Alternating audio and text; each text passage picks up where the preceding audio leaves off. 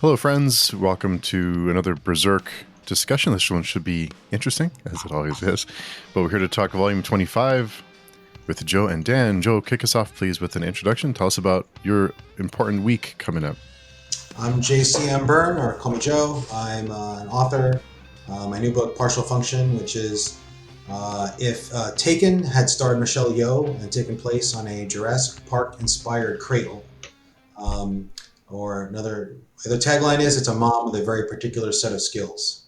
It's coming out Tuesday, and it's got an amazing cover. So everyone should check it out on Amazon to look at the cover because it's gorgeous. And if you want to pre-order it, that's great. But if not, look at the cover because it's really fantastic. And this week, I do not have a physical copy of Berserk to show because I don't know where the next 15 volumes are. They're somewhere in one of the boxes I have of stuff that's somewhere. But I have no idea where. So I have volumes like 38 to 42. I know where those are. And one's 24, and I do not know where these. So I had to read it on Kindle. Oh, wow. So I could figure out what's going on. Oh. That's it. No showing off this week, Joe. No, I felt really bad because I think I've done it for every other episode I've been on. Yeah. Quite a few volumes because I dig them out to read them, and I'm like, I cannot find 25 to 30. They have them somewhere. I'm not going to buy them. I'm not at the point where I'm going to buy them again. But I can't find them. So. And Dan. I'm Dan. I read manga. I've read this before. I think it's just the first time that the people that have read it before outnumber the new people, maybe. I think it's, and most being equal. Sounds right. So yeah, we'll be relying on you, Steve, to tell us the newcomer, reactions. Virgin reactions. Depending on me for anything, it's probably a losing situation for both of you and anyone listening. So, but it started out. The last volume ended with the trolls and the weapons, and that a big battle is coming. I thought this would all be a big battle because that's what it kind of was shaping up to be, and it took a turn. It wasn't all just a big battle, although a lot of maybe half of it was the trolls. Maybe half. But did you enjoy it? Yeah, I enjoy the battles. I mean, there's a lot of it, and I guess that's just the thing. That's just the book, so it doesn't bother me or anything. It's just, and there's some great artwork. I love the trolls and the chopping their faces in half. That's kind of neat. But we do learn a bit about the witch. I was a little bit confused with. So the trolls come in and they kind of overwhelm. Excuse me. They kind of overwhelm. Now, when the witch calls upon the elemental, like the water elemental or the other spirits, I thought that was neat because there's a whole nother pantheon of elementals, or I guess not gods, but creatures or beings that we haven't seen yet. But I was a little bit confused why she couldn't just, or how that all worked, because it got a little fuzzy for me there at the end of that battle. Yeah, well, some of the magic stuff is a bit less intuitive than a lot of the other stuff we've seen, I guess. But I think it's just because they say that church was built on an old place of power, I guess, right? So I think she just uses that to call on the spirit of water, of the water elemental, right? Well, I mean, first she hits up the 4 cardinal deities, and that gives this sort of general glow that repels all the forces from the evil side of the astral plane. Yeah. And then she calls on the water elemental, where the temple to that water elemental was there, and that brings the river coming through the town. And that's where she loses control of it a little bit because she's overly, she's connecting to a water elemental, which is an intelligent thing, so its will combats her, kind of takes her over a little bit. And that's why the river does more damage than she intended to the town, which the people were very understanding about. We can rebuild. Okay. Better than being killed by trolls. Yeah. But we really didn't have a sense before these couple volumes that there was a part of the astral plane that was a place for good. And now we're getting the sense of diversity, that there are parts of the astral plane where things are lovely, like heavenly places. And we almost got denied that, right? We almost got told in that secret chapter that like the underlying will of humanity was evil. But apparently that's where like the dark emotions and stuff went. That forms like the maelstrom and that the God hand, and that there's this other side as well. Or But I don't think that this that we are seeing right now is like good per se. I think it's just neutral. It's just the sort of local spirits and the underlying forces of nature and earth and stuff like that. But I don't think we know that it's like good. it has to be a Because I think like but I mean the trolls get destroyed when they hit the field of light. well, because she set it up. But I mean, I think if it evil magic user set it up, then I assume that's how I assumed. Like it depends how you use it. I assumed differently, but I could be wrong. Because I thought that right because they go into the what's it called clip off or something like that right at the end of a chapter, which is also part of that sort of same dimension magical astral plane sort of thing, right? And that looks evil. That's the evil part. And they're definitely the evil part there, right? That's the dark place that you're not supposed to access just by walking around. But the world is changing, so now you can. But she says that those four cardinal point things that she was talking about, they're the angels that are worshipped by the church. So you worship these guys too. They're your four angels. You just don't know how to channel their power. So it definitely implies that they're somehow like a good or positive force, and not just another god hand. God hand is evil, right? It's like the dark impulses. Yeah. I think. I mean, we don't have all the answers, but I don't know. Yeah. But even someone says in the book, what we were saying last volume, which I thought was really interesting, that, wow, with all this actual magic and stuff, it actually feels like we have some hope. Yeah. And so I forget who said, one of the team, I said, I forget who, but I was like, yeah. And that sword thing, the air elemental sword, like that was like, it was kicking some butt. Pretty useful. Cutting up some trolls. Yeah. I can't go through my... I don't know. Like that is a question. Like if it, I don't know. I'm not sure if it's like good or evil. It depends on what you define as good or evil, right? Right. Because even the God Hand, I mean, they technically say they're just executing the will of mankind and giving the will of mankind agency through Griffith to do what he wants, right? But they don't say like they want to make people suffer per se, right? I don't know. I mean, they're not good, obviously. But I don't know if we have like an absolute, like, we know, like, that is good and that is evil. Like we would have in a,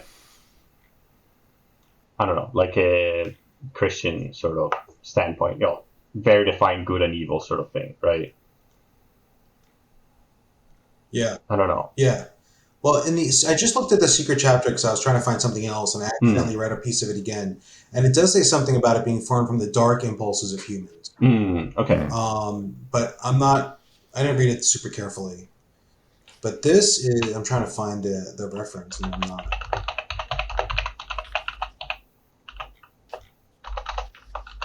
I like the other two things that she said I thought was really interesting.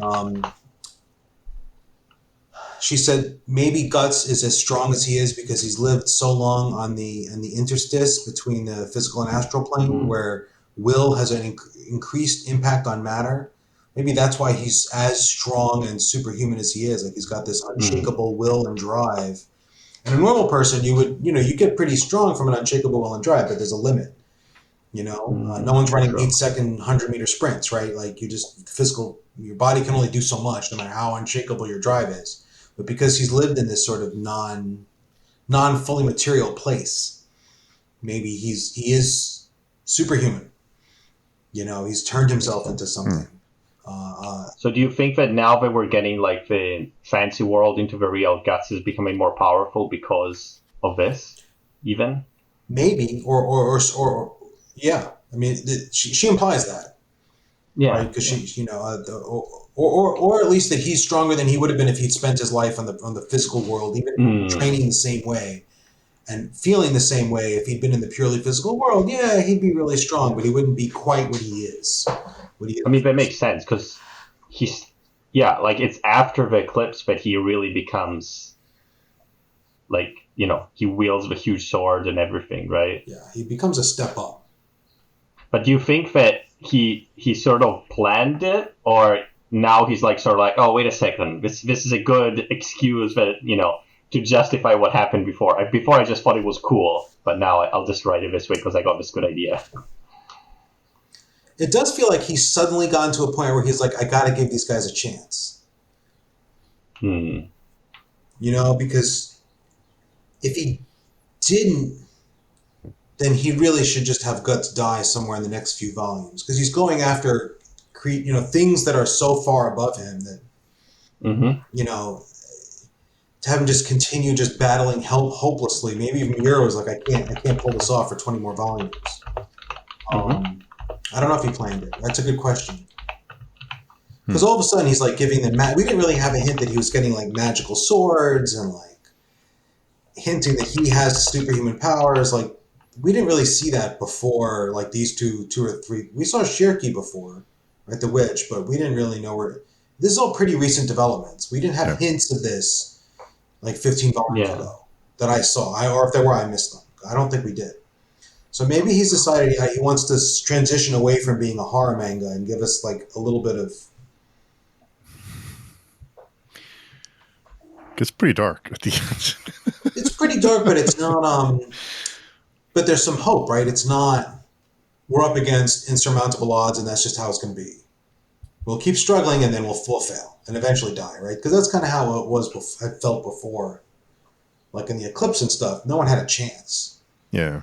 I also think it's hard to keep that level of intensity so high. You have to, have different degrees of horrible shit that happens. So you can't be on 10 all the time. Otherwise we'll get bored. Those moments have to mean something. It can't be 10 all the time. You have to crank it down a little bit and have stupid characters like a Caesar to come and lighten things up.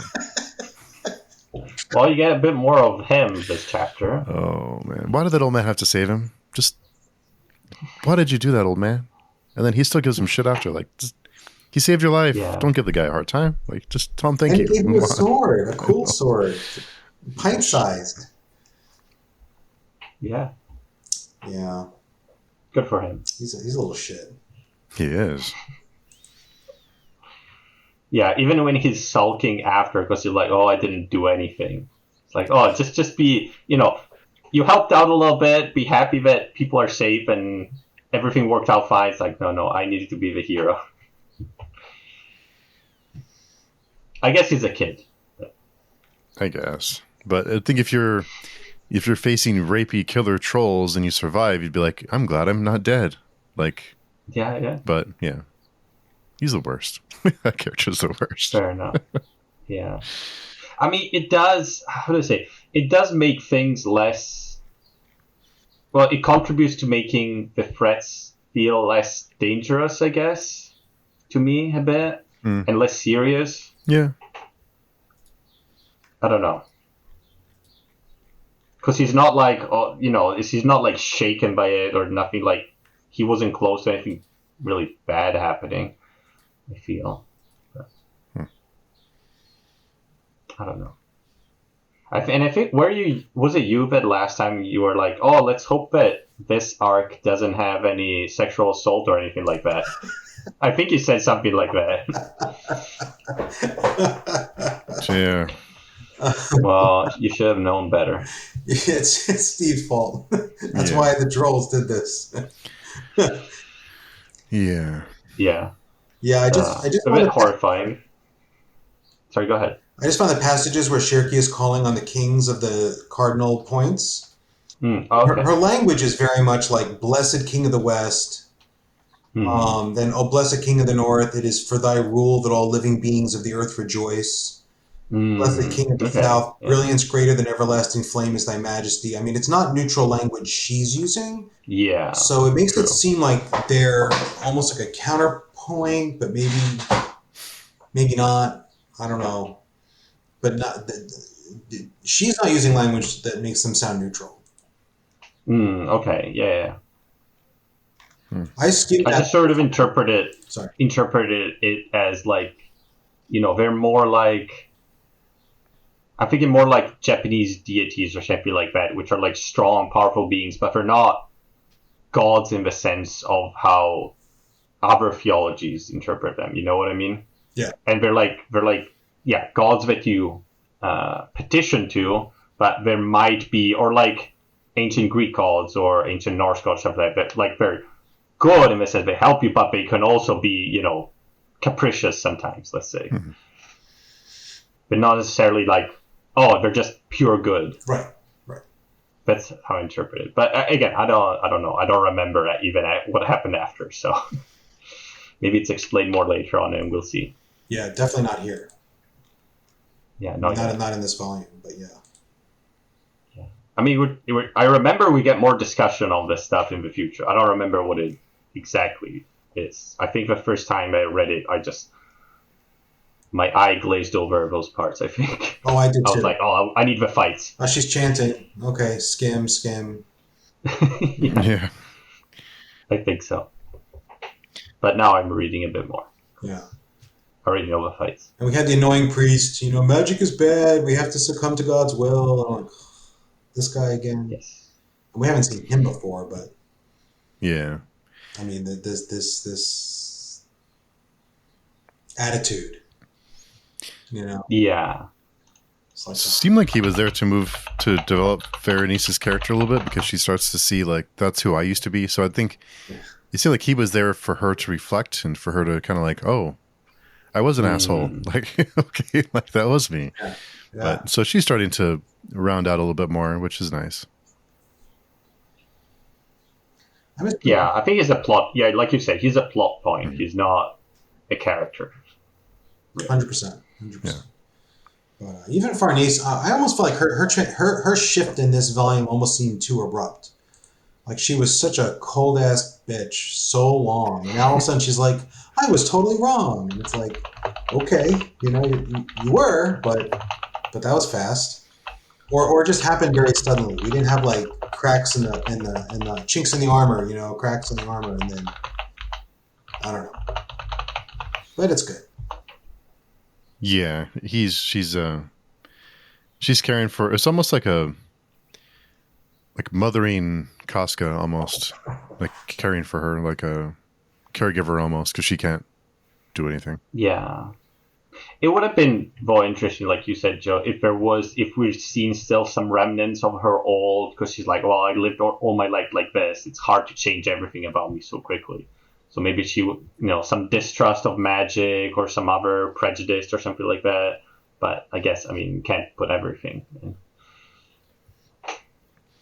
Yeah. But yeah, she seems to be pretty good now. Pretty nice. Yeah.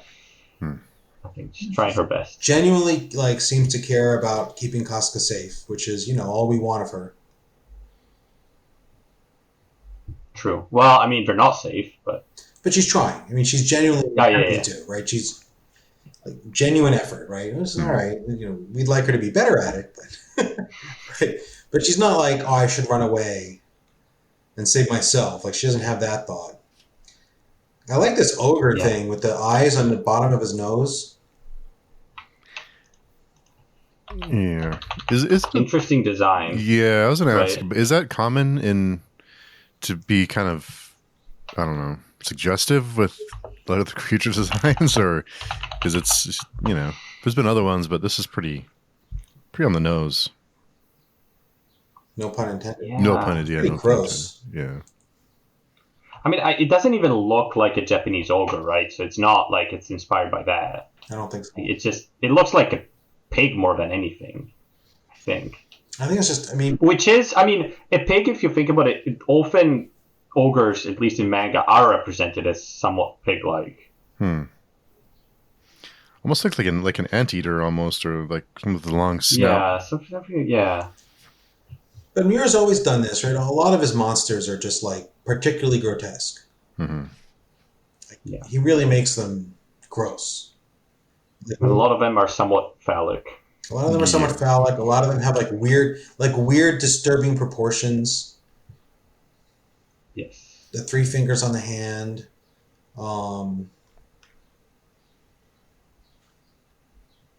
Yeah. He regenerates like a real troll. I guess is when did the idea of trolls regenerating being their main thing, when did that originate? Because it's not in Lord of the Rings. Yeah, but it's before Miura wrote this. I mean, it's D&D. Yeah. Right, D&D had It was that. a D&D that invented it? I don't know if D&D was where it started, but D&D okay. definitely had that in the early 80s. I remember trolls regenerate. Like one hit one round or whatever unless you burn them, and that's early 80s D&D lore. So it was definitely not... And I don't know where they got it from. I mean, D&D took from a bunch of places. Oh, but that's trolls, not ogres. But that whole... I mean, he's mixing stuff, which is fine. Yeah. He's taking elements from, different monster manual entries to, combine them and make these guys. But the troll's he just has a knack for making things look gross and disturbing. The trolls look gross. Yeah. I liked how the trolls were eating the parts that were being cut off. That was cool. Yeah. For each other. Okay. It says, Googling it says that it's probably something to do with medieval alchemy traditions and lore and weird things. Okay. But I don't know. I'm not... It looks complicated from reading a bit of it, so I'm not going to read it right now. Yeah. But interesting to read in the future, I think. And Guts likes Shirky. Hell of a girl up there. Yeah. He's proud of her. Very useful. Yeah. Yeah, much more useful kid than the other kid. Yeah. He should look at her as a role model. Everyone just tell Israel, why can't she be more like Shirky? She's actually useful. Yeah. And I mean, she still behaves like a kid sometimes, but right. I don't know, it's a lot more fun to read. I mean, they make her fallible, right? She screws up. She gets taken over by the river, elemental, but you're like, okay, she's young. That's what happens. Yeah. And that's good. That's good that, she's not just limitless power, because then Guts becomes useless. No one needs that. Yeah, and you can feel that she feels like she has big shoes to fill, right? And she's trying to be more adult than she really is. Yeah. Because the situation needs it, but she still is a child. Yeah, she's a pretty good character, I think. Yeah, I think so. I don't know. I think of all the ones who've been, who've been adding to Guts, she's the one I like sort of the most. I like Serpico too. Yeah. I think those two are my favorite ones. Serpico's more interesting because he's got this devotion to a truly nasty person thing going on. So we have this tension where you sort of admire a guy who's super loyal, but then he's super loyal to a crazy person. Yeah. And there's kind of a neat tension there, because we admire loyalty but then it's but he's loyal to it. And now Farnese isn't a crazy person anymore, so he's going to be a little less interesting. But this all makes it feel more like there's a chance Guts will manage to achieve something. And less of just he's just going to rail and rage against the insurmountable. Yeah. He almost seems well rested in some of these panels. Oh, he's chilling. Yeah. He's fighting an ogre is just a day in the park for him. Yeah. Compared to the stuff that happened before, seems pretty easy. Yeah. I love it when no matter what Guts does, no matter what odds they're facing, there's always someone who's like, wow, amazing. I can't believe he did that. We get it. There's a lot of that. Is that a sword or is that a slab of iron? Yeah. How can we wield that? Yeah. Oh my God, I can't believe he did that. Amazing. We know. Yeah. I mean, if you hadn't seen it before, it would be pretty amazing. Yeah. But even Isidro was like, wow, I can't believe that just happened. Like, have you been paying attention? Like, there's a lot of that. Maybe it's Mira going, well, everyone else is doing cool stuff like Shirky and Serpico. We got to remind everyone that Guts is still like the dude. Yeah. I mean, how much? What would be impressive for him to do now, Steve? kill Griffin. It's still quite far away, I think. Yeah, I think so. Like, he's not even close to that power level. No. But there were some hints. I think I've tried to find the panel, but there was a mention of something about his sword, that his sword has some kind of significance or power or something. I forget exactly what it was. Dark shadow around it. Yeah, it has a shadow. Like there's, because she did pass on, or he did pass on the axe that was magical. Like I think he took it, but he didn't. He was still using his sword. I mean, it was tiny. Yeah. So. Well, yeah, it didn't drag on the ground when he had it on his back, so it's like, nah, not interested. But yeah, I think there's something there with the slab, but there were two. Yeah, there were two, right? There was one in the last volume when he passed on the axe, and she looks at the sword and has like a whoa, but that's all we hear. Yeah. And then in this one, when she's casting the spell that like banishes the trolls, she looks at the sword and says there's like a shadow around it, and that's I think that's around the same. No, maybe not. They're coming for you, I don't Dan. have my Yeah. The Kindle's not great for scrolling like this.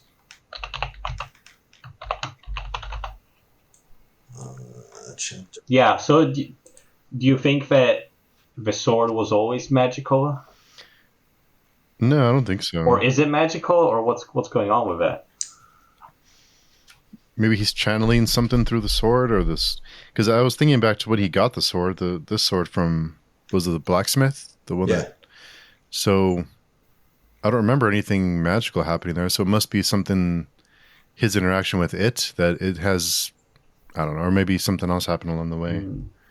I think though when he got it, like Godot did say something like, "Oh, I made this sword to kill a dragon, and it's like a cursed sword or something." He said something about the sword, right? Because he didn't want to give it to Guts because he's like, "Oh, it's got bad energy or it's got something," right? I think it said something like that.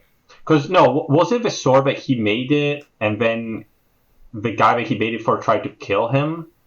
So he wouldn't make another one, something like that. Was there something going on? Yeah. When he got the sword, all they said was like no one can wield it, so it's cursed in that sense. I think anyone who tried was going to die because it's too heavy. But at one point, Shirky's looking at him fighting the troll. She says he is superhuman. Is this another result of him remaining in the interstice where it's easy for the mind to affect matter, or that shadow that coils about that sword? And that is, I don't know where it is in your volume, but it's chapter 208. Because I'm looking at the online reader. So, this is another one of those, like, we have to sort of, I think we have to level up Guts, right? We have to sort of, he can't just be at the limits of human potential because it's clearly not going to cut it. It's not going to be believable against, groups of apostles. So, yeah, we can either get him a gum fruit or is that what they call it in One Piece? A gum fruit? You know what I'm talking maybe. about. Yeah, I think so. Something like that. Yeah. And we have the Kelpie. I thought that was kind of a neat creature. Yeah, is this Scottish folklore, the Kelpie? Huh. Scottish or Irish? I'm like 99% sure. But but is it just supposed to be like a horse? Oh. I think it's just supposed to be a horse in like it's just a horse in normal mythology. A wet horse, I guess. It is Scottish. A Kelpie or water Kelpie is a shape-shifting spirit inhabiting lochs in Irish and Scottish folklore. Is usually described as a black horse-like creature able to adopt human form. Yeah, which is interesting because a horse is not something you'd think as scary, It's not like a bear or a crow or a spider, right? It's just a horse. But I'm terrified of it. I don't know what in normal tradition what the Kelpie does. Does it just drown you or something?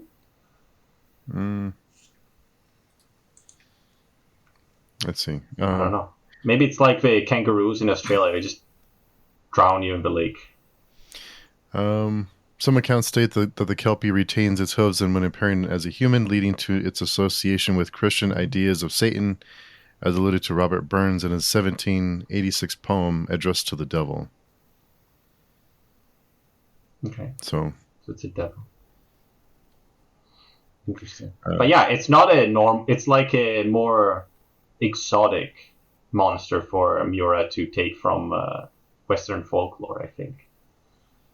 Which is fun. Maybe we'll get more. Well, it also says they keep young children away from dangerous stretches of water, and warning young women to be wary of handsome strangers has been noted in secondary literature. So yeah, it's like that's very nice of them. Pretty wide range of motivations. Responsibilities. Yeah. I think there's Kelpies in Magic, isn't there? And I think I remember there's a. Well, by now there's everything in Magic. By now, no Magic as in. Sorry, I thought you meant D&D. I thought you meant. I thought there's a blue and green Kelpie. Magic. I mean, probably.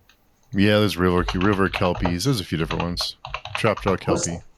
I think they were saying Kelpie, and I was thinking of Kappas. Aren't those the Japanese monsters with like a cup of water on their head? Oh, wow. Something like that. Yeah, they're a bit more silly though. Totally. No, not Kappa. Shoot, I'm gonna forget. Well, the Kappa is the river monster, sort of, right? They have like the lilies or something on the heads, and I think they drown you. Maybe, I don't know. Some river monster drown you.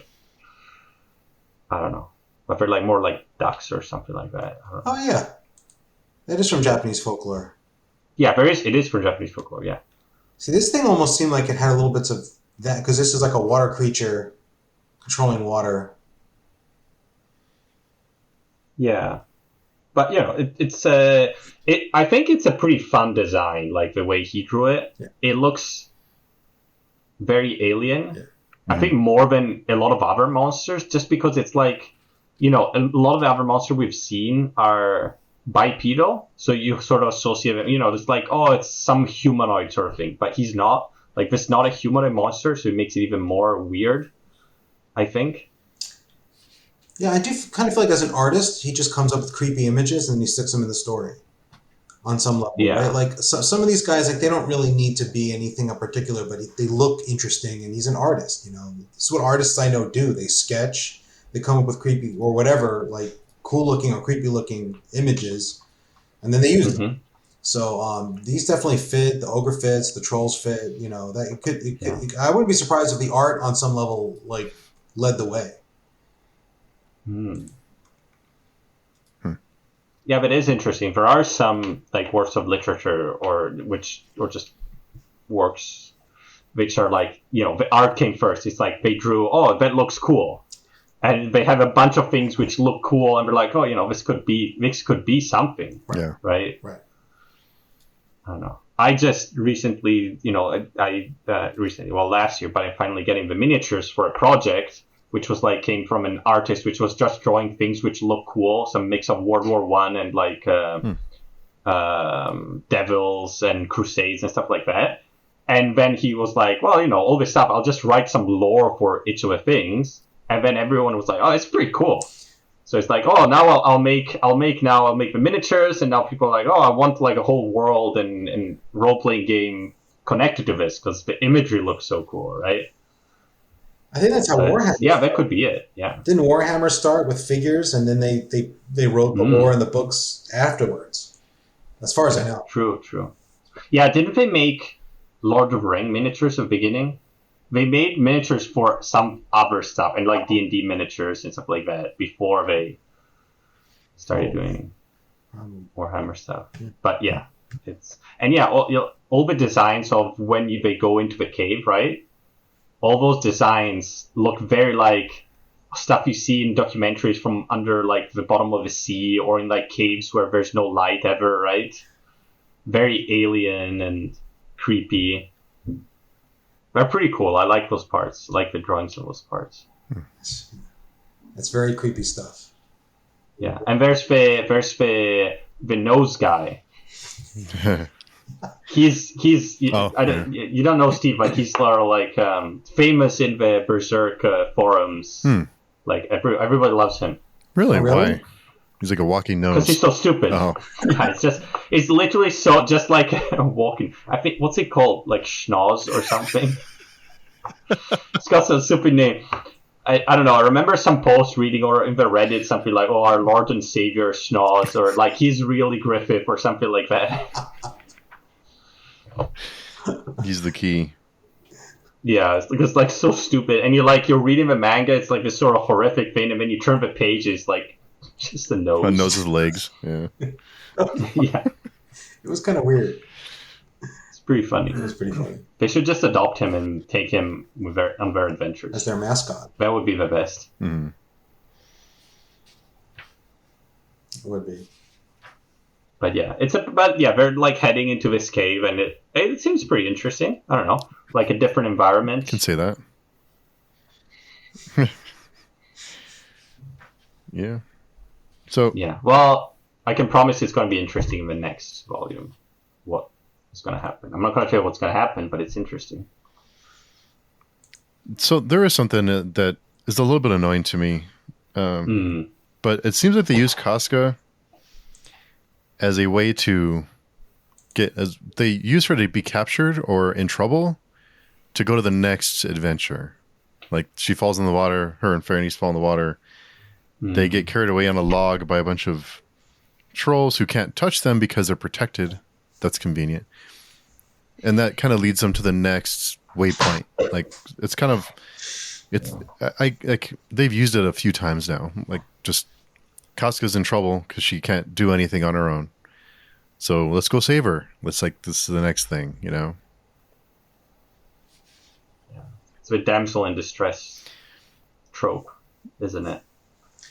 Yeah, Miura didn't get the he never got the letter that says you gotta pass the Bechdel test and you gotta stop fridging women, and it's definitely squarely in that camp of using those tropes that I think in the West we find a little. Yeah. I mean, it's not the worst thing. Yeah, but it is disappointing because she was such an interesting character in the Golden Age arc, right? She had a lot of agency. She had like a lot of interesting things. But I think that's the main thing. Because you went from that to this. It almost made like imagine a very similar but different story where she was like his little sister that he'd been protecting this whole time, who was like just born simple. Mm-hmm. Right? You could have exactly almost the same storylines, right? Almost the same. A sister or a girl from his village from, when he was little, like something like that, from the camp, whatever. But the fact that she was like hyper competent and has been reduced to this because of, trauma, that makes it almost worse. Mm-hmm. I guess. Yeah. And I can forgive it, but it's a little off. Yeah, okay. It's a bit sad. But I mean, we do have to realize it was also written more than 20 years ago. Yeah. And it was written in Japan, which is a very conservative country with very rigid gender roles and like that sort of structure. It's still very, much like that. Yeah. And you can see it in a lot of mangas, even current mangas. You can still see, like, maybe it's less obvious, but you can still see it, right? 100%. So the context is what it is. Yeah, it's just unfortunate. Yeah, I agree with you, Steve. I just think, and I get, so on one hand, I understand why she's like this because of what happened. It makes sense that it would, what she went through, but at the same and I get why Guts didn't pull her out of it right away, because it developed his character too. because he was faced with caring for her, and he had the decision to make. So I get all the reasons why, but I just think at this point in the story, how much different would it be to have Casca as a warrior fighting next to Guts? Would it be more interesting or less interesting to have her as a capable, back to even half of what she used to be? Would that be more or less interesting as a reader? Yeah. But curing her is his driving force right now. He's trying to get her to the elves so they can fix her. That's true. And I'm sure people who have things to say about mental illness and magical fixing that's a whole different conversation that I'm not going to get started on. But if you think about it, if she were fine and like back to her old self, and like they would have to kind of go after Griffith or not.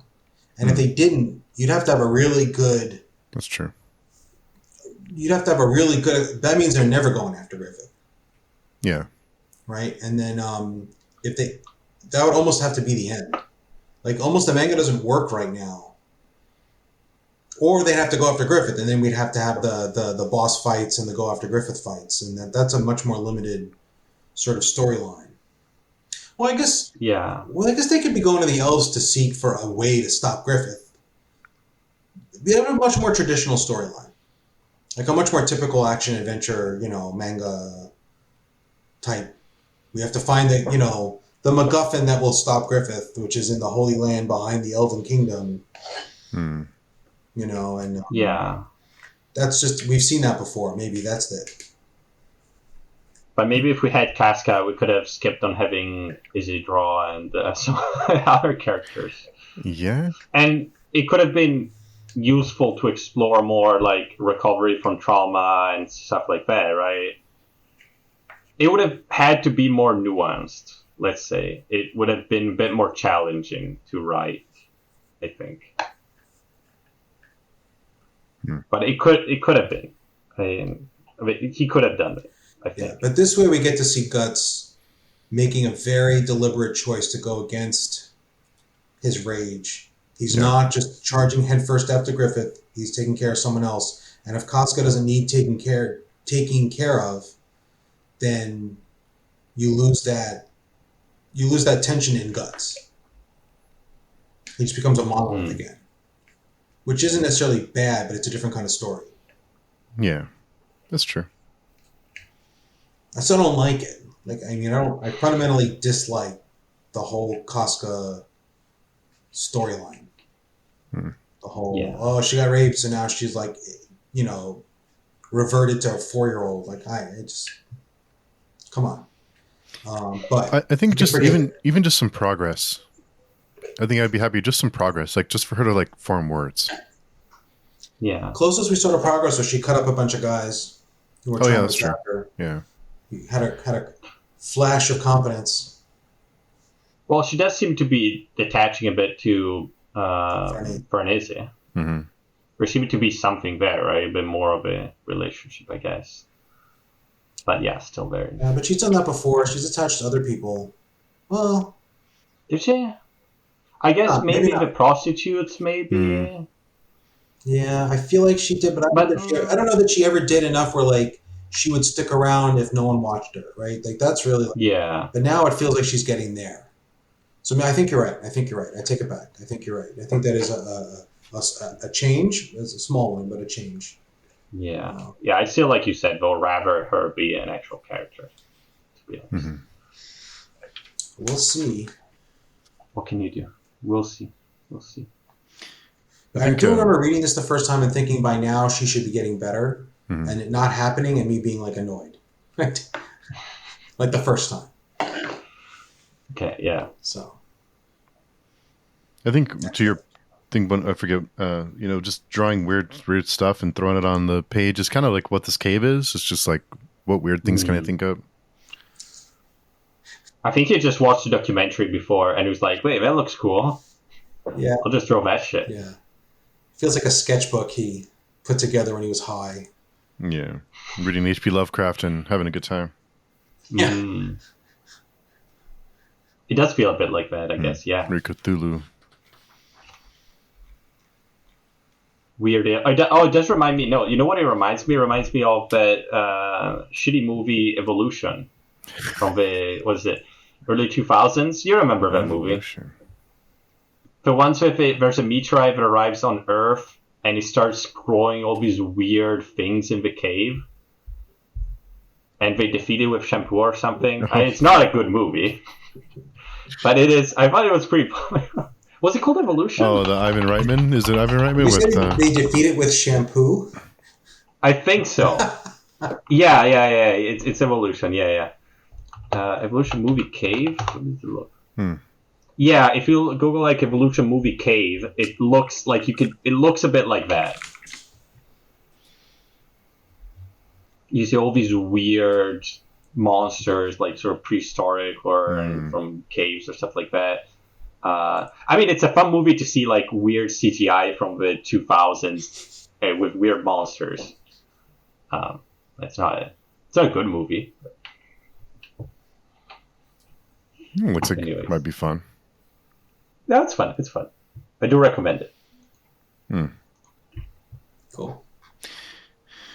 Yeah. So I don't mind all the dark stuff, or the especially like the jellyfish skeleton that are walking around with the surprised look on their faces. But I do wonder.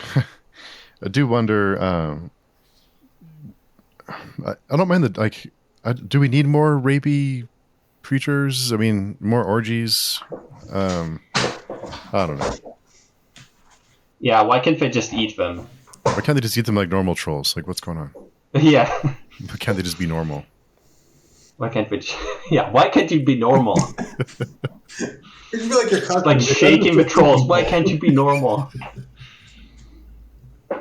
Why do you have to have all this weird fetish stuff? See Mama Troll coming around smacking him in the back of the head. Stop doing that. Stop playing with your food. Yeah. Yeah. Yeah, no, it's... Or some weird other body horror stuff. I don't know. There's a lot of things you can do. There's a lot of stuff in here that feels unnecessary and exploitative. Right? Like there's a lot of extra... you could easily tell the story with a lot less nudity. Remember that from the last volume? There was a lot of Casca and what's-her-name frolicking in the bath, and there's like boobs out, and I'm like, that's fine, but we didn't need this either. It's not important. But when the violent stuff is, you do sort of, what's the problem? The problem is you see some of the rapey stuff, and some of it feels like maybe it's meant to be a little titillating, and that's creepy. Yeah. Right? That's disturbing to think that might be a part of it, part of the appeal, like tentacle porn. Yeah. Which is really creepy. And I mean, you can do it in a more interesting way and a more meaningful way, I think, than just like that, right? Like you can have that sort of stuff to make, it's meant to be a bit, exciting, but you're also supposed to feel bad about it. So then you can reflect a bit on it, right? And it has some bit more of it, right? Or it's like you can reflect like, is this something that's deep within the human psyche? We're all violent animals or stuff like that, right? It can be framed like that, but I think it lacks the nuance or the interest a lot of the time. It's just there. Mm-hmm. This is the culture that gave us Legend of Overfiend, though, so... If you get a chance to watch Legend of Overfiend, Steve, do not. Oh, okay. Well, I'm going to go watch that then. Yeah, it's... that's like the original tentacle porn. Well, I don't know if it's the original, but it was the iconic tentacle porn. Oh, yeah, never mind. But it's like like demons molesting women with, raping women with tentacles, and it was very popular. So I don't know. Yeah, I don't know. Isn't the OG tentacle porn that drawing from the 1800s of an octopus and the woman? This isn't the original, but it was like the iconic. It was the one that everyone. It was the one everyone in America knew for like a decade. Everyone had heard of it. We'd all seen the VHS tapes. We'd all watched it at some point and gone, "Oh my god!" I rented it. I was like, "Oh my god!" You don't know what you're in for, and then you watch it, and you're like, "You're never the same." No, it's not the original. You're absolutely right. It's just it was the iconic one. The modern original. Yeah. Well, I don't even know if that's true. I have no idea. Like it might be, but we only got what we got from Japan, right? Like most stuff wasn't dubbed. The internet didn't exist when we were watching these. Like someone had to like send a laser disc here in the mail, and someone had to like, or a company had to like release it on VHS. So like I don't know what actually existed in Japan. I just know what was sent over. Damn the Japanese. They're weird things. But yeah, like, and if I think about it, it's more like something that you're reading now, Steve. You've already read it. Like, reference the second apocalypse again, or the beggar. Like, there's still a lot of, sexual violence in it, but it's different. I think it's like much more. I mean, a lot of people criticize it that too, right? That's one of the main criticisms too. So I do, you can have different opinions in it, obviously, but I think it's a lot more interesting and more crucial to the plot and more developed for the characters too. It's not just there, because it's like, to make you feel, to show some nudity or make it exciting or something like that, right? That's the way I feel. I don't know. It's hard to. It's just one of those things which is really hard to put in a book. Depending what your audience is, because it's very easily to interpret in a bad way. Yeah. Or very easy to do it in a non-nuanced way or superficial way, and it's something that impacts a lot of people. So people identify with a lot more than just like, you can do a bad murder scene or something like that, but people are not getting murdered all the time. It's not like something that impacts people, so they're not going to have as much of an emotional reaction to if it's written badly, right? They're not going to say, that's not real, that's not true, that's not how people feel, right? So I don't know. It's a lot of the time when I read books and then I read reviews or criticism of that, it's like, it can be very polarizing. Some people are like, I completely hate it because of that. And some people are like, it's perfectly fine with me. I think it adds to it. I don't know. It's very risky to put it in a lot of the time because it can alienate a lot of people. Yeah. If you keep it simple and PG, I guess, it's a lot. You're gonna make less people angry, or less people turned away from the book. I don't know, but maybe you're gonna lose all the sadistic psychos, which is your main target audience. Yeah, sadistic psychos are the target audience. Yeah. Yeah. Who knows? So yeah, I just I don't mind the dark stuff, but it's just like, I just kind of like, do we need more of this? Like, is this? I don't know. I mean, as a creator, I imagine he felt there were people who were buying the issues to get more of the dark stuff, and so he's got to throw some in every so often, or else, you don't want to. It's hard when you have elements in your stuff and you're like, I don't want to continue using this in the next book. I have this problem with bears. Everyone likes my bears, and it's like, well, I got to find a place to use the bears in the next book, and if it doesn't actually happen in the plot, I got to wedge them in, because if I have a book with no bears, everyone's going to be annoyed at me, and I'll lose my audience. No, fuck the audience. Authors should be like, fuck the audience. Yeah. I do what I want. You can't tell me what to do. That interferes with my dream of breaking even for a publishing career. That's the downside. You alienate your audience too much, and he's paying the bills with these, right? He's not. Mura wasn't like working a day job writing software for the financial industry and just like writing Berserk on the weekends. Sure. So there's only so far you can take that fuck the audience thing. I don't know. Well, I know some famous authors that are effectively saying that, like, no, I won't finish that series. Leave me alone. But they're not ones who need the money either. Yeah. Right? That's a different kind of edging, though. Yeah. But the ones you're thinking of have big money already. Not all of them, though. Yeah, well, big money. I don't know who Steve's talking about, but I'm thinking of Rothfuss and Martin. Is Rothfuss rich? Okay, I didn't think he made that much from just his 2 books. 2, 3? I don't remember anymore. Millions. Oh, I mean, it's not. It's never have to work again money. Oh, okay. It's not. Which yacht am I riding on today? Money, or like penthouse in New York money, right? Like $300 million. It's not Russian oligarch money, but it's never have to work again money.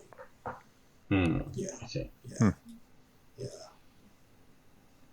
Good for him. Yeah. Yeah. Yeah. Well, cool. Anything else you guys can think of from 25? It was pretty straightforward, I think, right? Like, yeah. Fight the trolls. We learn more about Shirky's magic, and we learn more about the sort of cosmology behind her magic. But that was pretty straightforward stuff. It wasn't too. It was like, oh, there's another whole, and that was it. Yeah. Yeah. Yeah. Well, cool. Well, 26, we'll find out what Dan was being cryptic about, I guess, next week. But I have no idea. Something's going to happen. Find out. I think I remember it's a fun chapter. It's a fun volume, I think. If it's this, I think it's this. I haven't read it in a long time, like 15 years, so I gotta... I just remember the cave. I don't. And something happens in the cave. I'll read it. Things happen in the cave. Maybe I'll read it for free on this Scanlation site instead of trying to buy it on Kindle. Well, you already bought it. Yeah, no, I paid for it. I bought the paper. I just don't know where it is. Yeah. But I definitely bought it. Yeah. I don't feel too bad. Yeah. I definitely bought every single manga I've ever read on Scanlation websites. Yes. Seriously? No. Oh, no. I haven't bought most of them. Because most of them... It's impossible. To be fair, most of them you can't. Yeah. Yeah, most of them you can. Yeah. Right? If I could but buy even one, all the... Yeah. I would. I would have had to buy like thousands of issues of manga. That's not... I only bought the ones which are like, okay, I like the offer, I want to support the offer. Like, this is worthy of my support. Not the garbage. Yeah. There's a lot of garbage out there. Oh, yeah. Yeah. Well, what's some man's garbage is some other man's treasure. True. Right? Yeah. Very true. Awesome, guys. Well, in the meantime, Joe, where can people find you and pre-order your book? You can find me at jcmburn.com, which I do not think has a link to my pre-order, which is on Amazon. So if you go to Amazon, you type in jcmburn, BERNE, you will find all my stuff. I will buy on Tuesday. Right now, there are 5 entries there. And so one of them is pre-order only, and the paperback will be available on Tuesday. And and then go to my website and sign up for my newsletter, and I'll tell you if anything's going on with The Grim Dwarf, which is the serial tale I'm writing chapter 8 right now, and one of these days I'll release it somehow. I don't know how. Maybe just give it away for free to everyone who has my newsletter. And just read chapters about an immortal cursed dwarf and his witchy sidekick and his dog. Huh. I like it. Yeah, I mean, immortal cursed dwarf. I'm on board. Oh yeah. Is the mortality his curse, or is it a separate? He's got another curse. He's an homage to Gotrek and Felix. I don't know if you remember that, the Warhammer story. The Warhammer. Yeah, I love that. So you see, he's immortal. He can't die, and he really wants to, because he's in constant agony.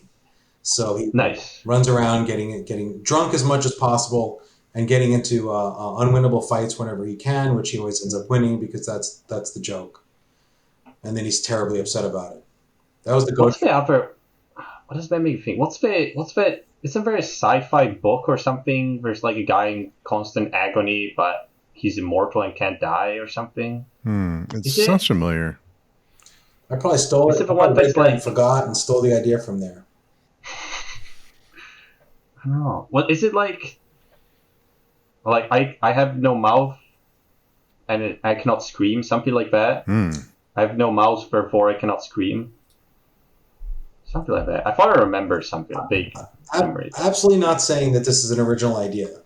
Just, I don't remember where I stole it from. If I stole it from someplace that specific, I don't remember. Which doesn't mean I didn't do it, right? Just that's good. Just cover all your bases. Yeah. I definitely didn't read that, and I definitely didn't read that. Yeah. Yeah. We're looking forward to reading it, Joe. Let us know when it's available. Mm-hmm. Thank you. Yeah. I will. And Dan, where can people find you? How many doors do we need to knock on? Just one. Just one.